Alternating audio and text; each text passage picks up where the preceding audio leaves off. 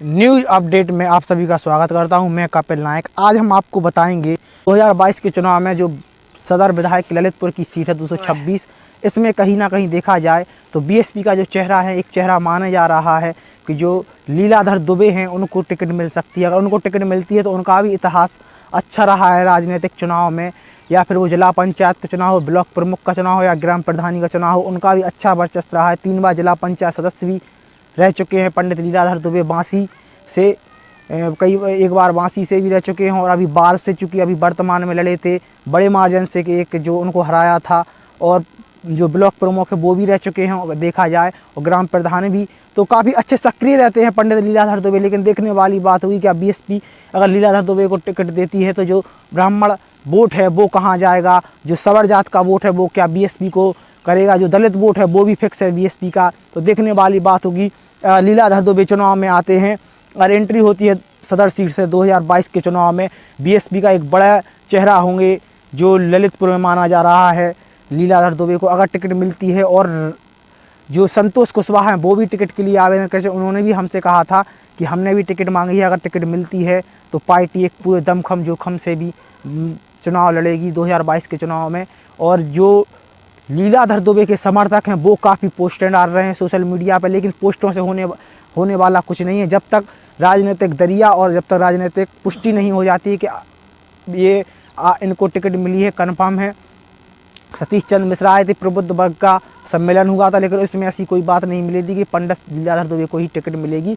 लेकिन हाँ, वो भी कई बार लखनऊ में देखे गए हैं और कई बार रैलियों में जाते हैं। तो देखने वाली बात है, अगर पंडित लीलाधर दुबे को टिकट मिलती है 2022 के चुनाव में, तो वो कहीं ना कहीं जो युवा और अन्य उन पर जनता ने कई बार विश्वास जताया है। तो ललितपुर से भी अगर ऐसी उनकी मेहनत रही तो वो एक सफल नेता बन सकते हैं अगर मेहनत करेंगे। और उनके कार्यकर्ता जिस प्रकार से संघर्ष कर रहे हैं और कई बार वे सहायता भी करते हैं गरीबों को लेकर या अन्य चीज़ों को देखा जाए, तो 2022 के चुनाव में देखना होगा क्या पंडित लीलाधर दुबे को अगर टिकट मिलता है तो जो ललितपुर का जातीय समीकरण है वो किस ओर झुकेगा, और जो ब्राह्मण समाज का वोट है जो लगभग 39 से 37 हज़ार के बीच माना जाता है ललितपुर का ब्राह्मण वोट बैंक, वो किस ओर जाएगा।